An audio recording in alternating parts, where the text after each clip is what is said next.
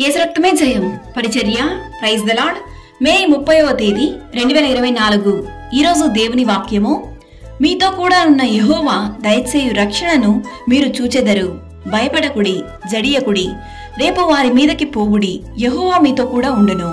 2 దినవృత్తాంతములు 20వ అధ్యాయం 17వ వాక్యము.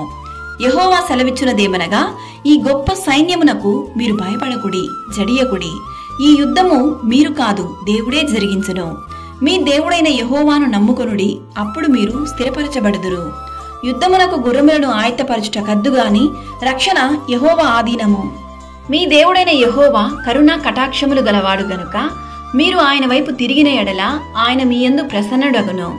నీవు నీ శత్రువులతో యుద్ధములకు పోయి గుర్రములను రథములను మీకంటే విస్తారమైన జనమును చూచినప్పుడు వారికి భయపడవద్దు. ఐగుప్తులో నుండి నిన్ను రప్పించిన నీ దేవుడైన యెహోవా నీకు తోడై ఉన్నాడు.